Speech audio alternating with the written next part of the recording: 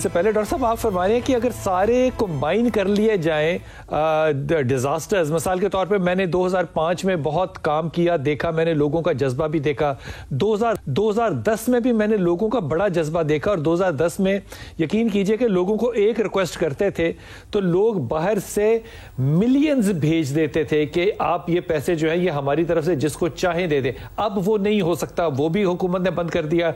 अब मैं 2010 की आपको डॉक्टर साहब बात याद करा रहा हूं। डॉक्टर सईद साहब, एक रिक्वेस्ट की लोगों से कि आप लिबर्टी पहुंचे सामान लेके, यकीन कीजिए कि 2010 में इब्रार भी इस चीज का गवाह है।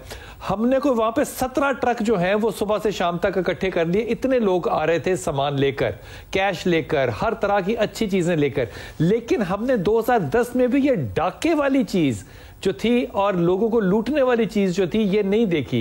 ये कैटास्ट्रोफी जितनी ज्यादा बढ़ी है, मुझे लगता है किरदार भी उतना ही ज्यादा खराब हुआ है। अब इस चीज को हैंडल करने के लिए आप जैसी जमातें जब आगे जाएंगी या डॉक्टर्स की टीम्स आगे जाएंगी तो फिर वो कैसे हैंडल करेंगे? देखिए, ये बहुत बड़ा चैलेंज है, क्योंकि ये तो बड़ा डिस्करेजिंग है कि अगर आपके सामान लूट जाता है तो आप दोबारा जाना पसंद नहीं करेंगे, या आपके मेडिकल कैंप में बच्चे हैं जिनकी इज्जत अस्पत पे कोई हाथ आता है। तो ये एक बहुत बड़ा चैलेंज है और हुकूमत वक्त को इसको बहुत सीरियसली लेना चाहिए। ये कोई छोटा काम नहीं है, this is a very serious allegation. अब इसमें जो हमारा तजर्बा है वो अभी तक राजनपुर की तरफ के इलाकों का है।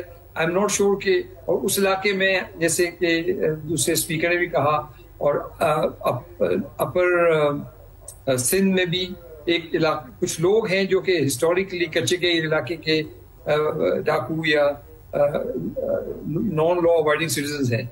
लेकिन मेरा ख्याल है ये हमें इस चीज से डिस्करेज नहीं होना चाहिए। देखिए, millions and millions and millions of people are waiting for our help. हमें अपना काम करना है और गवर्नमेंट ने जो करना चाहिए गवर्नमेंट को भी चाहिए। अब गवर्नमेंट के अपने वसाइल ये हैं कि उनके अपने दफ्तर बह गए हैं, उनके अपने पूरा इंफ्रास्ट्रक्चर गवर्नमेंट का भी बर्बाद हो गया है। उसके बावजूद भी मैं समझता हूँ गवर्नमेंट कोशिश तो कर रही है, लेकिन ये स्केल इतना बड़ा है कि आप कितना भी कर लें वो उसका कोई एंड नहीं है अनफॉर्चुनेटली।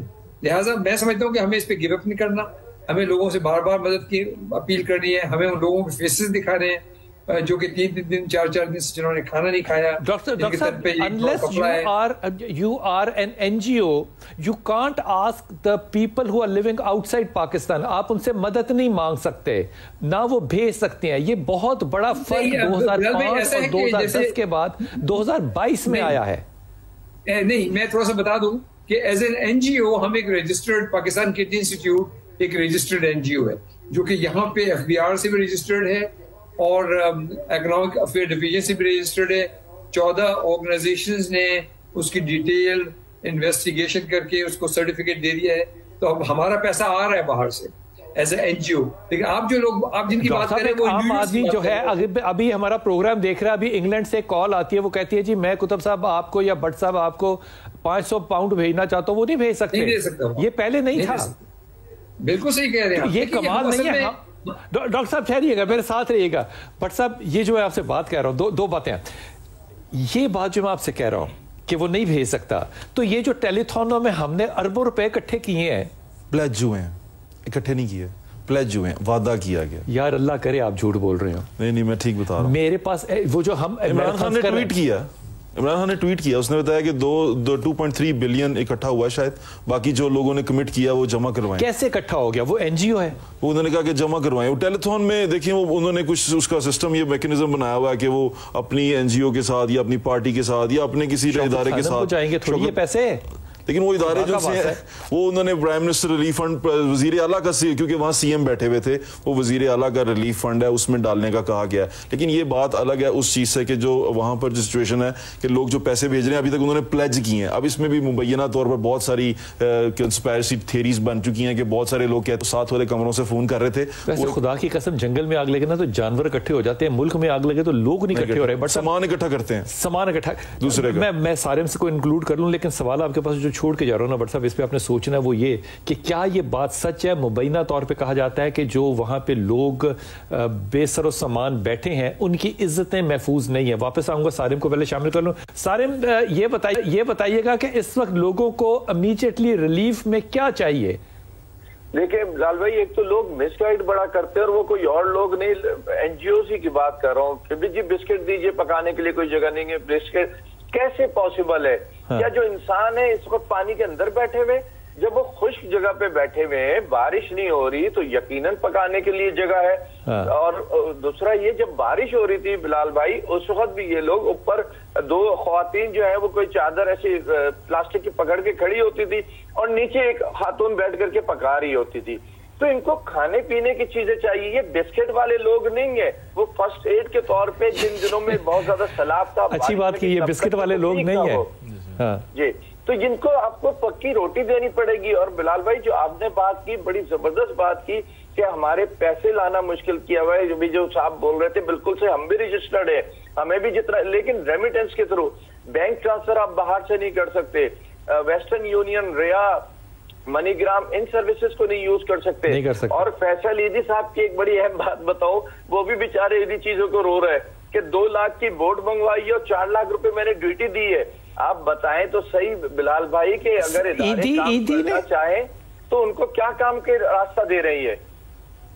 सारे भाई, आप जो बातें बता रहे हैं, इसका मतलब मुझे जो समझ में आया है, मैं तो आपके कंधे पे रख के बंदूक चला रहा हूं, मुझे जो समझ में आया वो ये कि हुकूमत बजाय इसके कि मदद करे, हुकूमत बकायदा एड वर्क में खुद रुकावट बन चुकी है। बिल्कुल ऐसे ही देखें बिलाल भाई, इदारे भी ड्रामेबाजियां करते हैं, हेरा फेरी, मैं इससे मुनकिर नहीं हूँ, बिल्कुल ठीक है, लेकिन आप अपना एक निजाम तो बनाए ना। जो इदारे अच्छा काम कर रहे हैं, दयानतदारी, ईमानदारी से चल रहे हैं, झूठ नहीं बोल रहे, उनको तो सपोर्ट करें। क्या पाकिस्तान में कोई भी ऐसा इदारा नहीं है?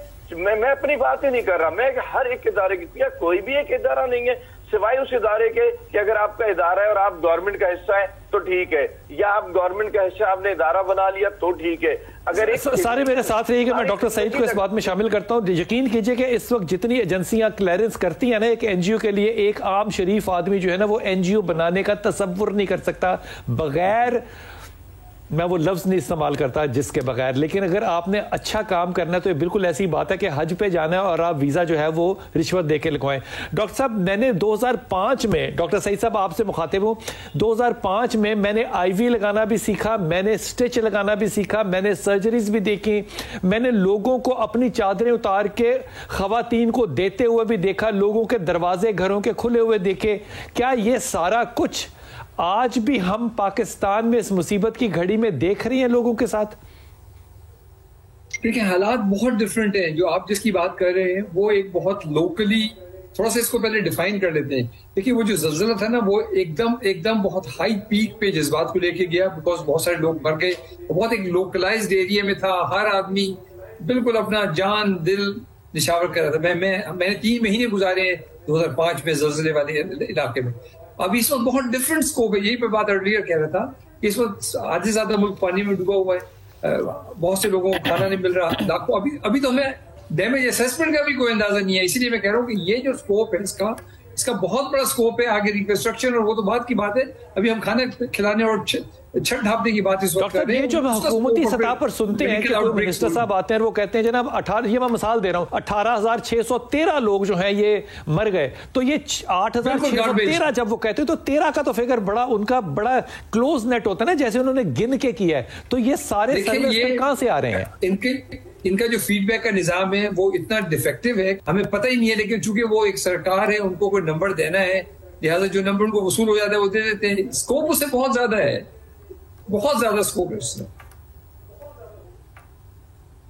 अल्लाह ताला हम पे रहम करे। डॉक्टर साहब, मुझे लग रहा है कि इस कैफियत के अंदर, इसके अंदर इज्तिमाई तौर पे दुआ करने की बजाय हम लोग लूटने की जो कैपेसिटी है उसको इन्हांस कर रहे हैं। और ये जो सवाल मैं छोड़ के गया था ना सोएब के पास, ये सोएब मैंने वापस आके आपसे पूछना है, इसी पे जाऊंगा कि क्या अब इस सारे अजाब में भूख भी काटें, पानी भी काटें, नंग भी काटें, घर भी तोड़वाएं, सड़क पर भी आए, हुकूमत भी साथ ना हो, रोटी भी ना मिले, भूख भी हो, और अपनी बीवी और बेटी की हिफाजत भी मैं करूं? किस चीज़ से किरदार चाहिए था वो मिलना चाहिए। दुआ करता हूं कि ज़ोएब हमें अच्छी खबर दे।